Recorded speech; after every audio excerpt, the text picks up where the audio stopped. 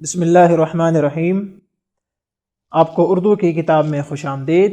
پیارے بچوں، کلاس 3 کی اردو کے لیے جو کتابیں آپ کے پاس ہونی چاہیے ان میں سب سے پہلے اردو کی کتاب آپ کے پاس ہونی چاہیے، اس کے ساتھ اردو کی عملی کتاب یعنی ورک بک، اور مشق کو حل کرنے کے لیے اردو کا ریسورس پیک، اور چھٹیوں کے کام کے لیے سمر پیک آپ کے پاس ہونا چاہیے۔ آج ہمارا سبق نمبر 3 کا دوسرا حصہ ہے، جس میں ہم اخلاق نبوی صلی اللہ علیہ وآلہ وسلم کا سبق پڑھیں گے اور مشکل الفاظ کے معنی کو بھی دیکھیں گے، اور اس کے ساتھ ساتھ آپ کو گھر کا کام بھی دیں گے۔ سبق سے پہلے ہم دیکھتے ہیں آج کے حاصلات تعلم یعنی آج کے ایس ایل اوز کو۔ تو آج کے 2 ایس ایل اوز ہیں، جن میں پہلا ایس ایل او ہے طویل گفتگو، بات یا تقریر سن کر اس اجزائے کلام یعنی ابتدا، اہم نکات اور نتائج کا ادراک کر سکے۔ یعنی آج کا سبق آپ نے غور سے سننا ہے اور اس کے اجزاء کا ادراک کرنا ہے کہ اس میں ابتدا کیسے ہوئی، اس سبق کے اہم نکات کون سے ہیں، اور اس سے ہم نے کیا کیا نتائج اخذ کیے۔ اور دوسرا ایس ایل او ہے ہمارا سن کر از خود پڑھنے لکھنے کے لیے راغب ہو سکے، یعنی املا کا کام۔ تو آپ نے صرف سننا نہیں ہے بلکہ آپ نے پڑھنے اور لکھنے کے لیے بھی ذہنی طور پر تیار رہنا ہے۔ تو چلتے ہیں اپنے سبق کی طرف۔ ہمارا آج کا سبق ہے اخلاق نبوی صلی اللہ علیہ وآلہ وسلم، یعنی آپ صلی اللہ علیہ وسلم کے اخلاق اور آپ صلی اللہ علیہ وسلم کا کردار، اور لوگوں کے ساتھ آپ صلی اللہ علیہ وآلہ وسلم کا رویہ وہ کیسا تھا۔ تو اس سبق میں آپ کو وہ تمام باتیں معلوم ہو جائیں گی کہ آپ صلی اللہ علیہ وسلم کا رویہ اور لوگوں کے ساتھ، بچوں کے ساتھ، بڑوں کے ساتھ، بلکہ جانوروں کے ساتھ آپ صلی اللہ علیہ وسلم کا رویہ کیسا تھا، اور آپ صلی اللہ علیہ وسلم اس عرب کے معاشرے میں، اس مکہ میں صرف دوستوں ہی میں نہیں بلکہ دشمنوں میں بھی کس نام سے اور کس طرح مشہور تھے۔ تو چلتے ہیں سبق کا آغاز کرتے ہیں، اور سبق کے آغاز سے پہلے بچوں آپ نے سبق غور سے سننا ہے اور آپ نے میرے ساتھ مل کر پڑھنا ہے، اور جو لفظ میں پڑھوں آپ نے اس پر انگلی رکھنی ہے، اور کتاب آپ کے پاس ضرور ہونی چاہیے تاکہ آپ کو پتہ چلے کہ میں کیا الفاظ پڑھ رہا ہوں اور اس کا درست تلفظ کیا ہے۔ تو چلیں اپنے سبق کا آغاز کرتے ہیں۔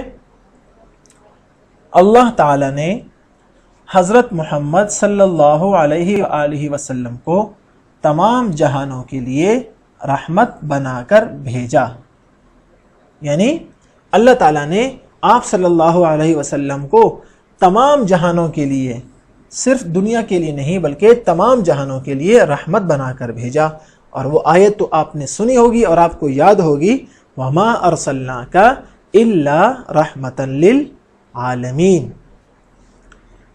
جب حضور صلی اللہ علیہ وآلہ وسلم کی ولادت ہوئی یعنی پیدائش ہوئی، تو عرب کے لوگ بتوں کی پوجا کیا کرتے تھے، چھوٹی چھوٹی باتوں پر جھگڑے فساد کرتے تھے اور ایک دوسرے کو قتل کر دیتے، عورتوں کو بہت کمتر سمجھتے اور ان کے ساتھ بہت برا سلوک کرتے تھے۔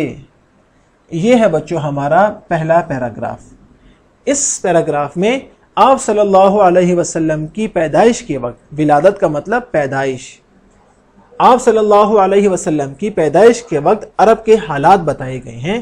سب سے پہلی بات یہ بتائی گئی کہ عرب کے لوگ بتوں کی پوجا کیا کرتے، پوجا مطلب عبادت کیا کرتے تھے، ان سے مدد مانگتے تھے اور ان کے سامنے سجدہ ریز ہوا کرتے تھے اور ان کو اپنا خدا مانتے تھے اور اپنے کام ہونے کا ان سے دعویٰ کرتے تھے۔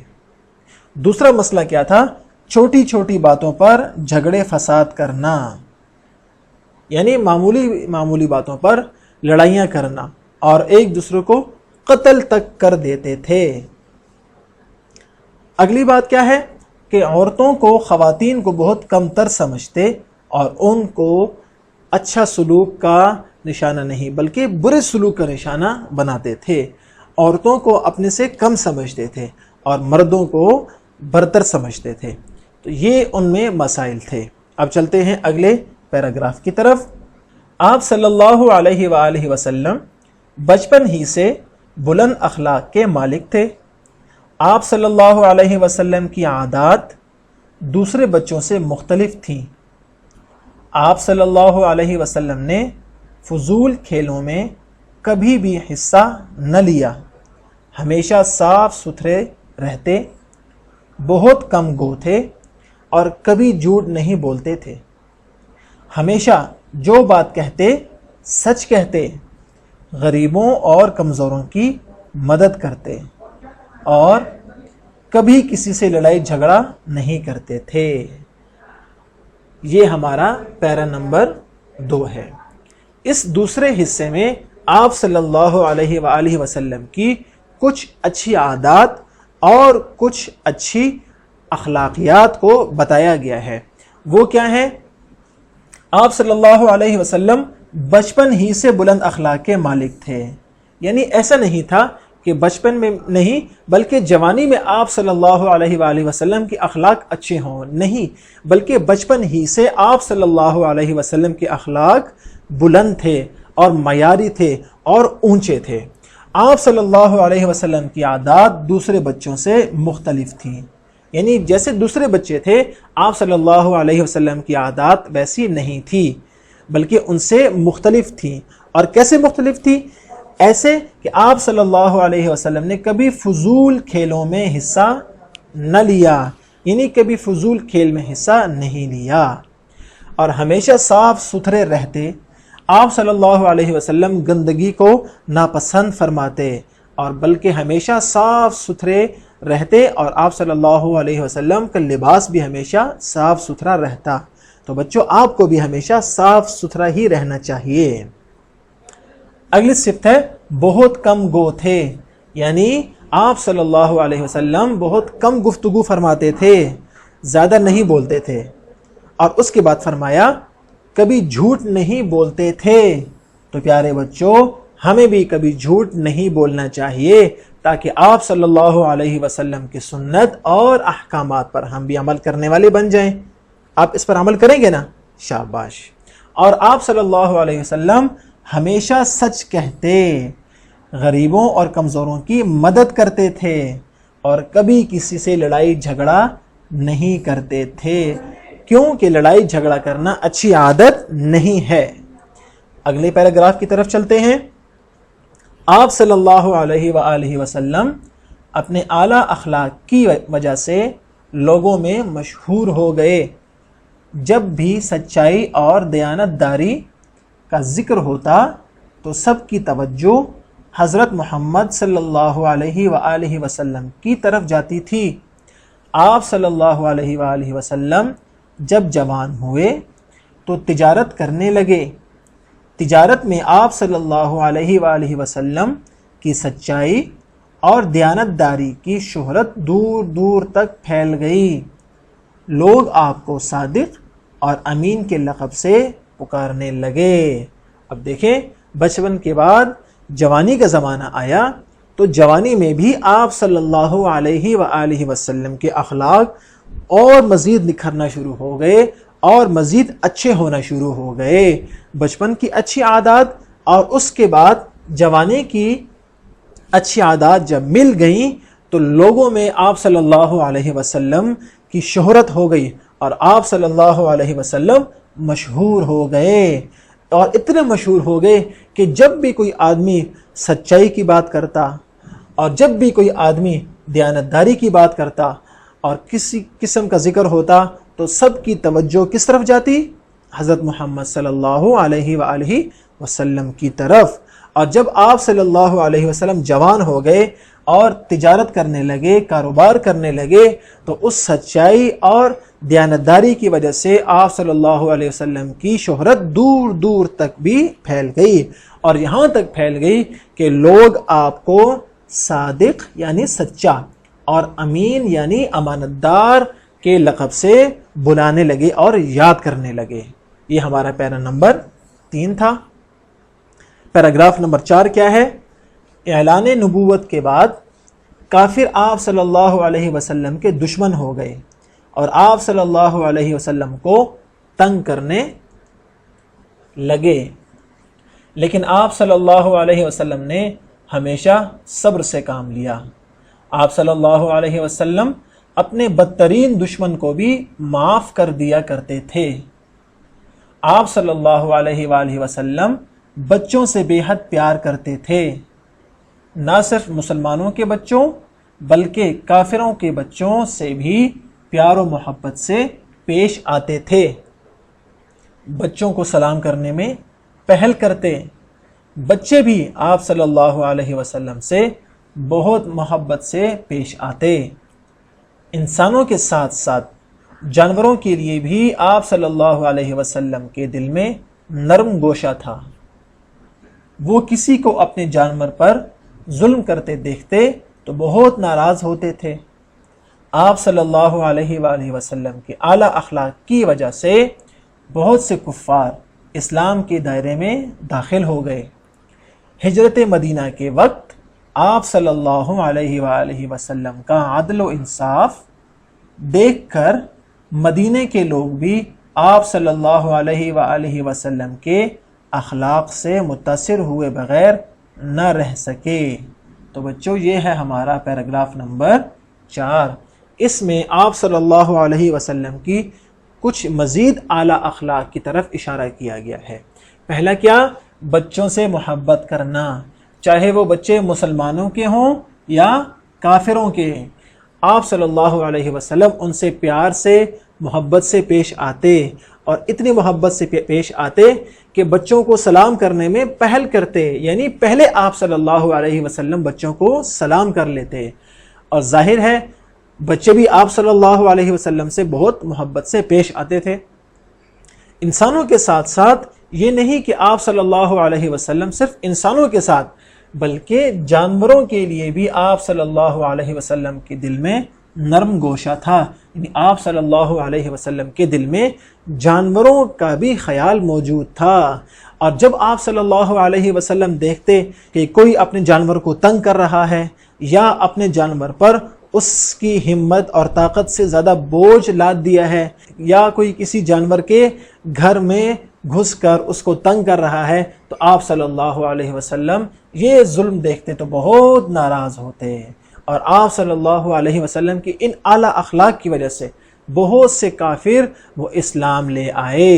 اور جب آپ صلی اللہ علیہ وسلم ہجرت مدینہ کر کے مدینہ تشریف لے آئے تو لوگوں نے دیکھا کہ اتنا اچھا آدمی اور اتنا عدل کرنے والا، اتنا انصاف کرنے والا، تو وہ لوگ بھی آپ صلی اللہ علیہ وسلم کے اخلاق سے متاثر ہو گئے۔ اور آخری پیراگراف کیا ہے؟ آپ صلی اللہ علیہ وسلم کے اخلاق مبارکہ اور دین اسلام کی روشنی نے کفر کے اندھیروں کو مٹا دیا۔ آج 1400 سال سے زیادہ عرصہ گزرنے کے بعد بھی نبی اکرم صلی اللہ علیہ وسلم کی زندگی تمام دنیا کے انسانوں کے لیے بہترین نمونہ ہے۔ ہمیں زندگی کا ہر کام سنت نبوی صلی اللہ علیہ وآلہ وسلم کے مطابق کرنا چاہیے، اور آپ صلی اللہ علیہ وسلم کے اعلیٰ اخلاق سے رہنمائی لینی چاہیے۔ تو پیارے بچوں، پیراگراف نمبر 5 میں ہمیں یہ سبق دیا گیا کہ آپ صلی اللہ علیہ وسلم کی زندگی جو ہم نے ابھی پڑھی، اور آپ صلی اللہ علیہ وسلم کے جو اخلاق ہمارے سامنے آئے، صرف یہ نہیں کہ ہم اس کو سن لیں، ایسا نہیں کرنا، بلکہ ان اخلاق کو اپنی زندگی میں لانا، اور جو عادات آپ صلی اللہ علیہ وسلم کی تھی، جو احکامات آپ صلی اللہ علیہ وآلہ وسلم نے دیے، اور جو سنت ہمارے سامنے آئے، ہم نے اس کو اپنی زندگی میں لاگو کرنا ہے اور اس پر عمل کرنا ہے۔ کیوں کہ آپ صلی اللہ علیہ وسلم وہ بہترین نمونہ ہے ہمارے لیے، اور زندگی کا ہر کام سنت نبوی کے مطابق کرنا چاہیے۔ کریں گے نا، اور ہمیں اخلاق کو آپ صلی اللہ علیہ وآلہ وسلم کی تعلیمات کے مطابق کرنے چاہیے، تو انشاءاللہ ہماری دنیا بھی اچھی ہوگی اور ہماری آخرت بھی اچھی ہوگی۔ تو آپ لوگ کریں گے نا؟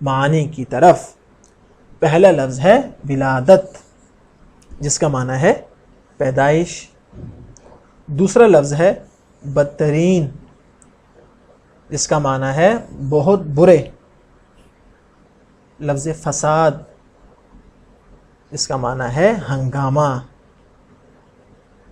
عدل، جس کا معنی ہے انصاف۔ اگلا لفظ ہے توجہ، جس کا معنی ہے دھیان کرنا کسی کی طرف۔ نمونہ، اس کا معنی ہے مثال۔ اگلا لفظ ہے دیانت داری، جس کا معنی ہے ایمانداری۔ اگلا لفظ ہے سنت، جس کا معنی ہے حضرت محمد صلی اللہ علیہ وسلم کا عمل جو ہمیں اپنی زندگی میں لاگو کرنا چاہیے۔ پیارے بچوں، آج کے گھر کا کام میں سے پہلا کام آپ کا کیا ہے؟ وہ آپ کی ورک بک سے ہے، جس میں ہم سننا اور بولنے کی صلاحیت کو کام میں لائیں گے۔ اور سوال کیا ہے؟ ذیل میں دیا گیا اقتباس والدین کی مدد سے غور سے سنیں، یعنی والدین یہ اقتباس بچوں کو سنائیں اور بچے غور سے سنیں۔ اور پھر کیا؟ اقتباس مکمل سن کر اس کی ابتدا، اہم نکات اور اختتام والدین کو درست ترتیب سے اپنے الفاظ میں زبانی سنائیں۔ تو جب آپ سنیں گے تو سننا، اور جب آپ والدین کو سنائیں گے تو بولنا، یہ دونوں صلاحیتیں آپ کی نکھریں گی اور اچھی ہو جائیں گی۔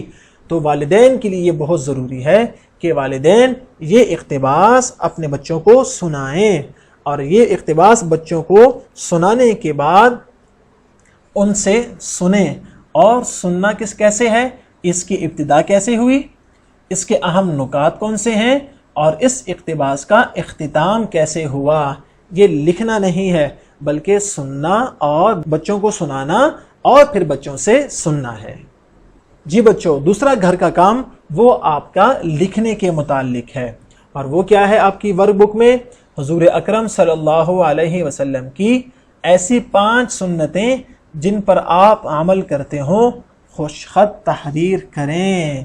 بہت پیارا سوال ہے کہ پیارے بچوں، آپ نے پورا سبق پڑھ لیا، اب آپ نے سبق پڑھ کے یہ غور کرنا ہے کہ آپ صلی اللہ علیہ وسلم کی کون سی ایسی 5 سنتیں اور اخلاق ہیں جو آپ اپنی زندگی میں ان پر عمل کرتے ہیں، اور آپ نے وہ 5 کام یہاں پر لکھ دینے ہیں۔ مثلا آپ یہ کہہ سکتے ہیں کہ میں جھوٹ نہیں بولتا، میں کسی کے ساتھ لڑائی جھگڑا نہیں کرتا، میں کسی کے ساتھ ظلم نہیں کرتا، میں بڑوں کا احترام کرتا ہوں، میں جانوروں کو تنگ نہیں کرتا، یا جو بھی اخلاق آپ نے اپنی زندگی میں اپنائے ہیں اور جن پر آپ عمل کرتے ہیں، وہ آپ نے خوش خط یہاں پر تحریر کرنے ہیں۔ اور آخری اور سب سے مزیدار کام وہ یہ ہے کہ پیارے بچوں، آپ نے سبق سنا اخلاق نبوی صلی اللہ علیہ وآلہ وسلم، تو آپ مجھے بتائیں کہ آپ نے اس سبق سے کیا سبق سیکھا، اس سبق سے آپ نے کیا سبق سیکھا، اور آپ نے آپ صلی اللہ علیہ وسلم کی کون سی اعلیٰ اخلاق کو اپنی زندگی میں عمل میں لایا۔